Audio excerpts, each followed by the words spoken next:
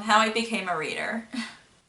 I just thought I'd do this video because I've been wanting to do it for a long time, and with everything going on, I wanted to talk about something positive, and I want to talk about how I became a reader, so let's get to the video. So I've been a reader like all my life. I've been reading a lot of picture books when I was a kid, so like from kindergarten to part of the second grade or first grade, I tend to read a lot of picture books, and I tend to go to the library growing up because my parents thought like it would be better to go to the library and know what books that we like, and then we just ask for them for Christmas and all that.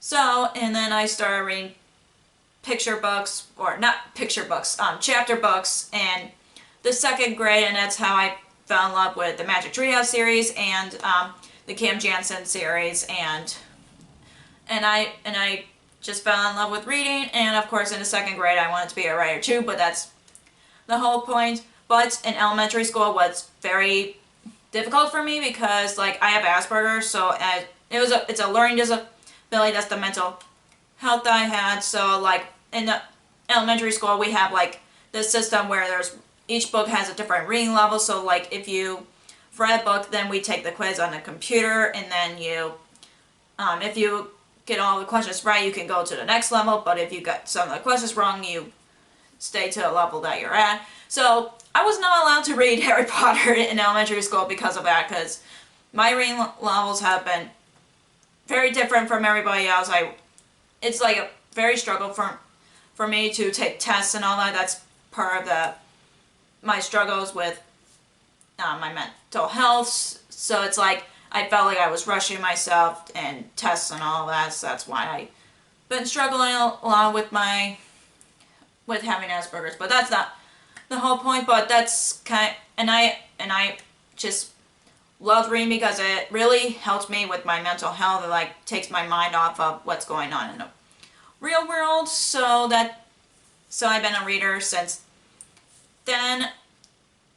And then like in the middle school I finally read Harry Potter, which I was happy about because I felt like I was missing out in elementary school because everybody else has read Harry Potter except me because of the whole reading system in elementary school. And then I got to read books that I wanted in middle school, so I was happy about that I was free from the reading level system in elementary school. So and then I started to read books that were like out of my comfort zone. Like I know there were books that I've read in middle school, like Mary Hunt's ghost story books, which I'm not a big fan of horror, but I do like some good ghost stories. So that's kind of the only horror-based stories I tend to enjoy. And I started to read a lot of classics in the 7th grade because I did not read any, and I took an extra reading class in the 7th grade. That's how I tend to expand my reading taste a bit, and I tend to like, and I also read Diary of a Wimpy Kid books in 7th grade. I tend to enjoy those, and I do recommend kids to read that because I feel like with the drawings and everything they tend to enjoy them. And in the 8th grade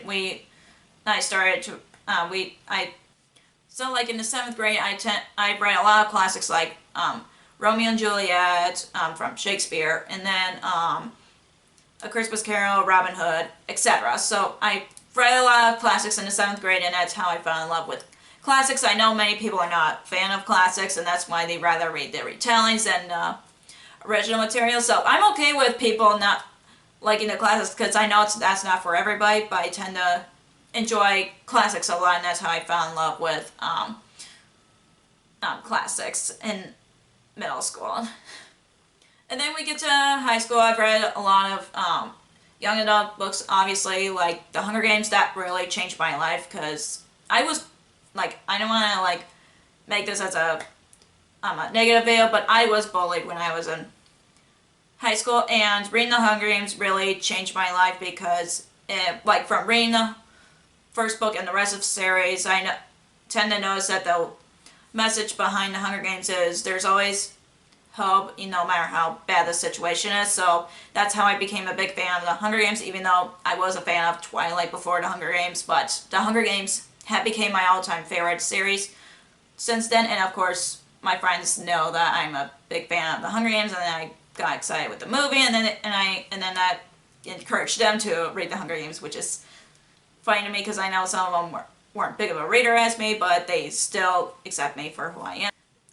And then college came along, which was a big struggle for me because my mental health with having Asperger's, but I didn't let that happen to me. Like, yes, there were books that I had to read for class, which some I did enjoy and some I didn't, but I did study really hard, so I really, and now of course I expanded my reading taste like with more classics that I have not read before, like Lord of the Rings. I literally thought I wasn't a fan of the Lord of the Rings before I took my Inklings class in college, which is with C.S. Lewis, Tolkien, J.R. Tolkien, and Charles Williams, which I did not enjoy his books. I enjoyed C.S. Lewis and Tolkien more. So since then, my teacher, who has been a big mentor to me in college, literally taught me a lesson like you shouldn't judge a book by its cover. I know many people have done that, but like with classics, I'm like,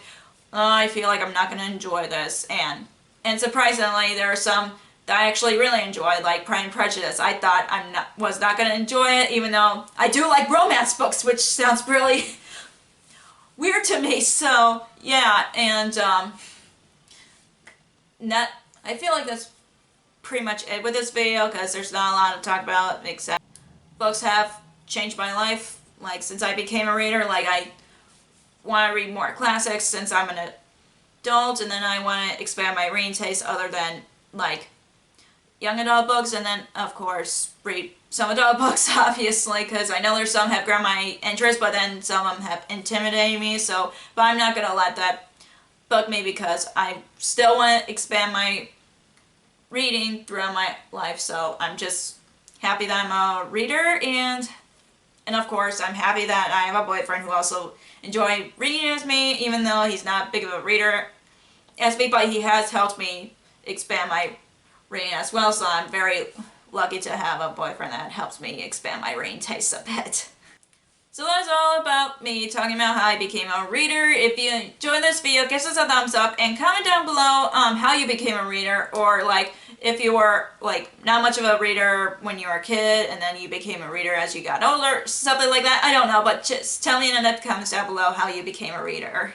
And if you don't want to miss any of my new videos, click that subscribe button and click that bell icon so you'll be notified whenever I post new videos.